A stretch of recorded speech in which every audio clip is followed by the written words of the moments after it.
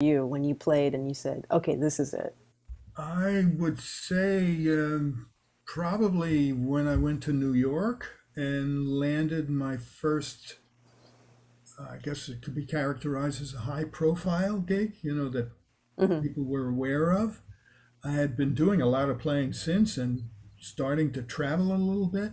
But when I landed that first steady gig with Willie Bobo, that was, well, I can tell you this, that there was one night where we're playing, and they had a stage that was up. It was real Count Basie's club up in Hmm. Harlem, and um, I looked out into the audience, and standing next to each other was Chick Corea and Wayne Shorter, and they were checking the band out. And I said to myself, "Wow, if they come to hear, well, okay, they didn't necessarily come to hear me, but they came to hear the band." Hmm. Then I said, "I guess I've arrived." Uh-huh. Uh-huh. Yeah, Yeah. yeah, Oh, that's fantastic. yeah. Um, so, speaking of going on the road and things like that, I know you did a lot of playing with Elvin Jones. I was just listening to the record at the Lighthouse, Mm-hmm. which is it's still around. It's Mm-hmm. still going. So how did that happen? Playing with Elvin. I had already moved to New York, and I was playing a gig in Boston. I came back up there to play a couple of weeks there. And during the day, I happened to be in the lobby of the old Berkeley School. It was still before they built that new one. And um, a phone call, I was standing there with a couple of my friends, and the phone call came in, and the girl sang out into the lobby. She said, "Hey, it's WGBH TV. Elvin Jones needs a bass player." And what? So all I had was my electric bass, and so I ran to the car and I told the girl to say, "Tell him I'm coming," and I put my foot to the gas pedal to the floor. Fortunately, there were no cops. Hmm. And I got there for, I don't know, 15, 12 minutes before a live half hour show. And the band was Elvin, Joe Farrell on saxophone, and myself. That was it, right? And I didn't know what the hell they were going to play. I wasn't aware of the music they were playing. I wasn't Mm. staying abreast of that, so I didn't know. So Joe is trying to show me, singing me some stuff, and it's going in one ear out the other because Yeah. I'm trying to get a bass sound out of this Ampeg baby bass amp. And so we started to play. And later, I went to GBH and I said, "Could I please have a copy?" And they gave me, I wish I should have asked for the video, but they gave me a audio Mm. and I still have it around. And I remember listening to it, and you can hear that I go off sometimes because of I didn't know the song that Hmm. well. Um, but the thing is, I got in the pocket with him, with Elvin in the time. And I heard afterwards, I don't know, a week or two later when I was back in New York, one or two people told me that he was saying that he was playing with this white guy who made the electric bass sound like an upright, because Mm. I've always tried to give that rounder, warmer sound out of the electric, you know. So a few months later, he called me. Wow. Yeah. And did you play your upright with him after that? Yeah, it was upright and recorded with the electric, but live gigs were all on the violin with a hormone problem. This is called The Blades Proposition. I should mention our record just came out. Well, it's about to come out. It's tonight we have some physical copies, and if you're in the house, you're welcome to purchase one. They're $15. My assistant here has a copy for you. So it just came out on PM Records, which is a record label that's owned by our very own bass player, Mr. Gene Perla. How about a hand for Mr. Gene Perla? It's a great catalog. You can find some really cool music on there, including music by Elvin Jones and Nina Simone, right? And even the Stone Alliance, which is one of Gene's group, that's excellent. So we're going to be continuing with the Blades Proposition.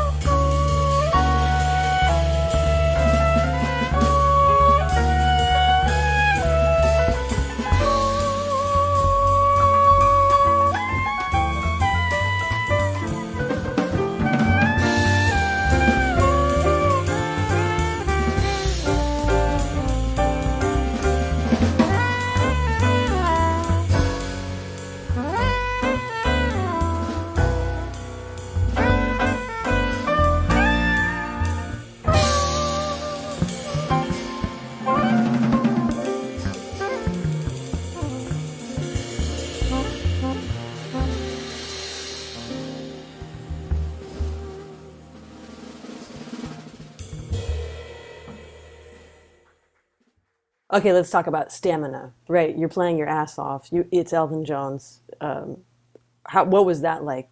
The stamina aspect of it. What I've been able to do is that when I'm arriving at a point where the exhaustion is starting to make itself known, that's the point where I have to, I'm kind of floating, but not long, just a few moments. I'm floating in this space, and then it's a resolve that comes to me, which I've always been able to muster. Hmm. It's a look, it's my responsibility here. I'm here. I have to take care of business. Hmm. So there would be sometimes, especially with him, that I would, in order to summon energy, I would start screaming as Hmm. I was playing, ah, just really scream loud. And that would build something up in me, and then I could continue to go.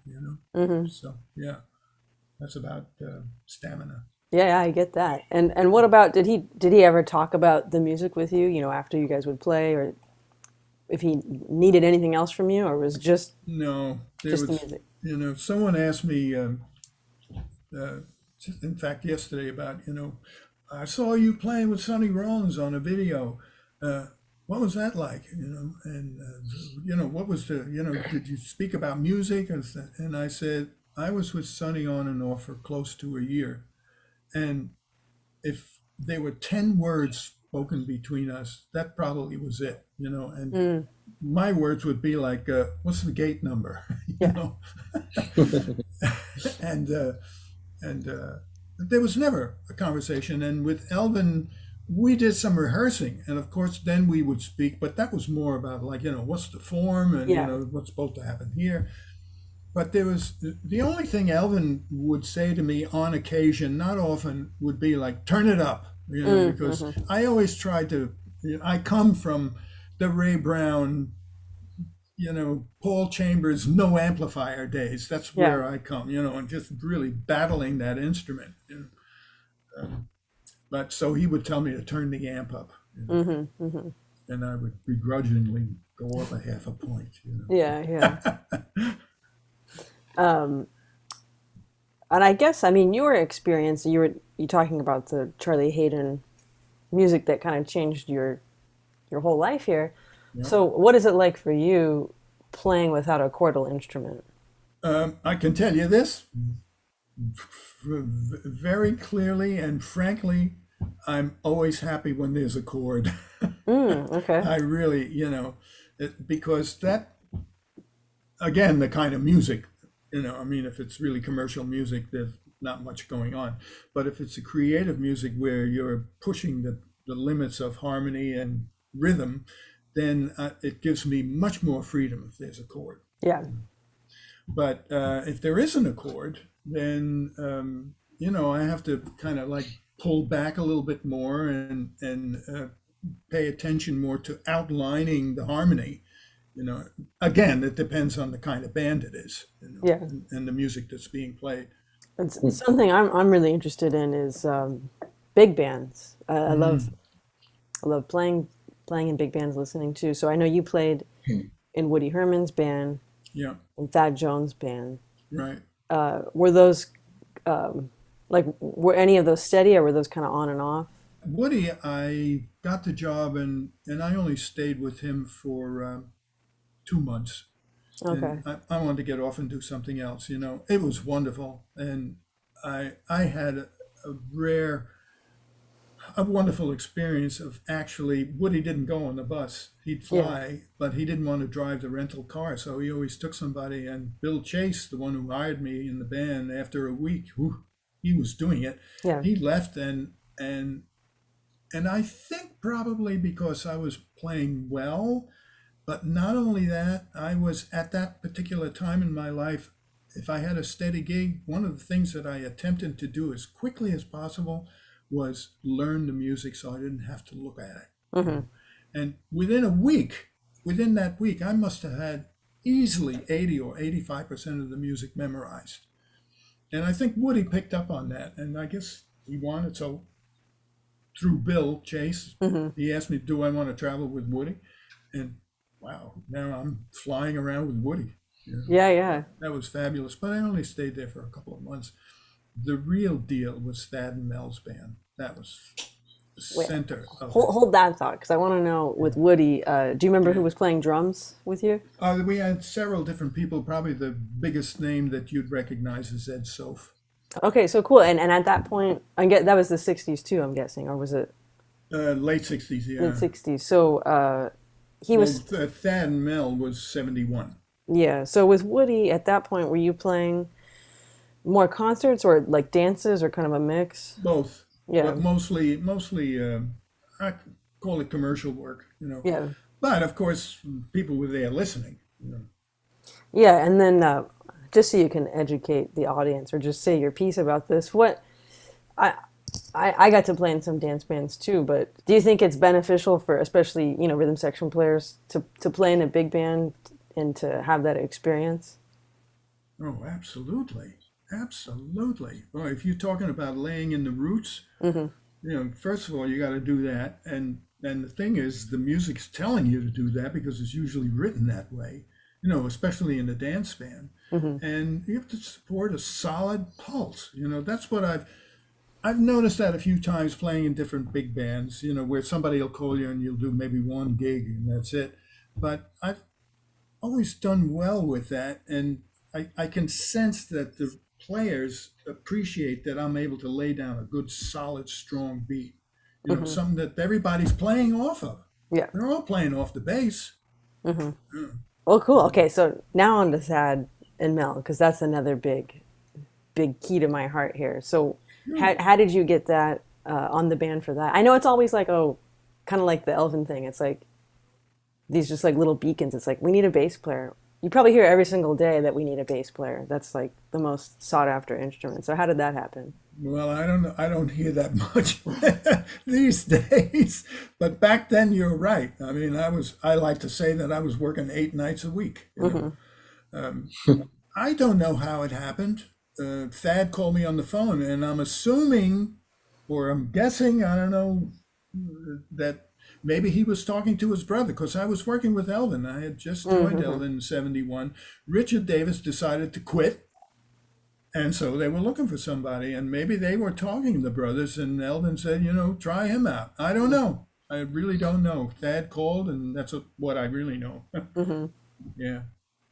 So you got in the band in '71, and was that so? That was a steady thing for you. If Elvin was working, no. But Hmm. whenever Elvin was not working, so I did it for about, I don't know, 8 or 9 months, Oh something like wow. that. Yeah. And quite often I played Hmm. with them.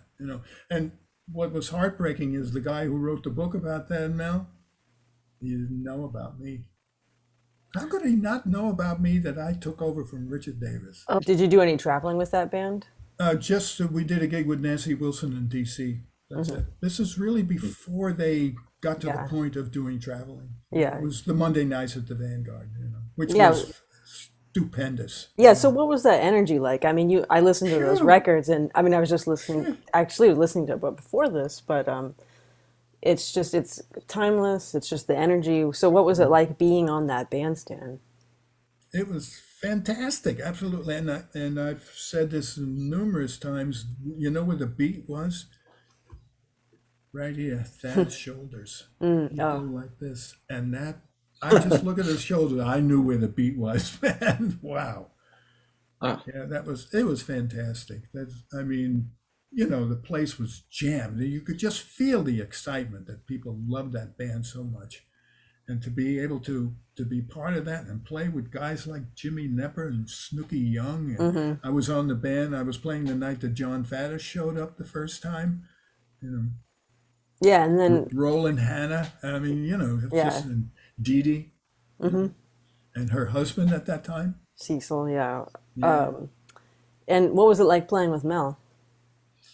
Well, I've been asked that also, and I can tell you that this is not exactly right, but musicians understand this, that you can be playing on top of the beat, you can be playing behind the beat, and Elvin, I don't know if I character his beat was so wide it was everywhere.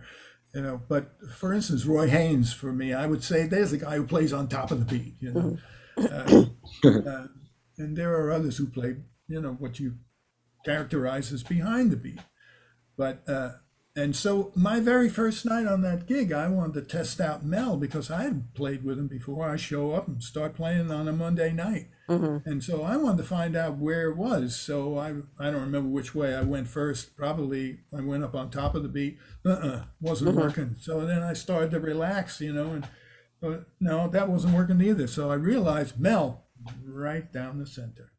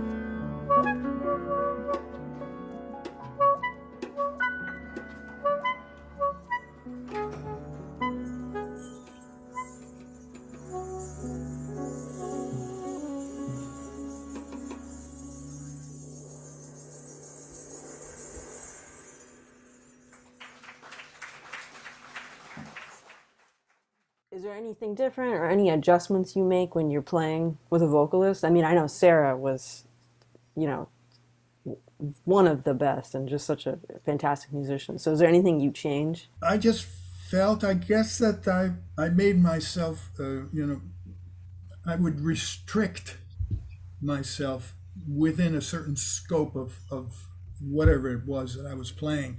I didn't want to get outside too much, Hmm. playing notes outside the chord. I tried to really stay in and keep the harmony because that's what it was. Yeah.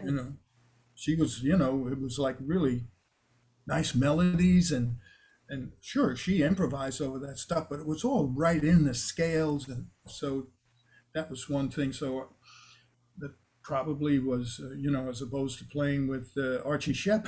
Yeah. Yeah. Yeah. Yeah. I guess it's something you consider even if it's subconscious too.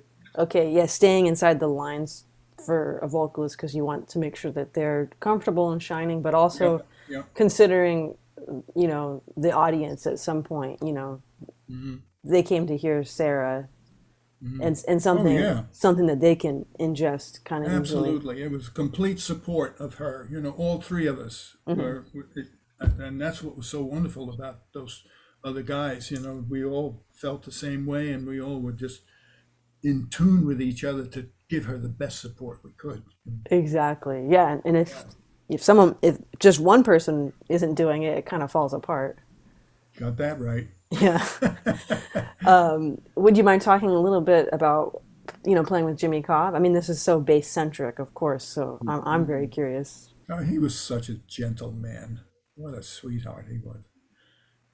I just had so much fun. We had, I mean, it was just laughing all the time, playing with him.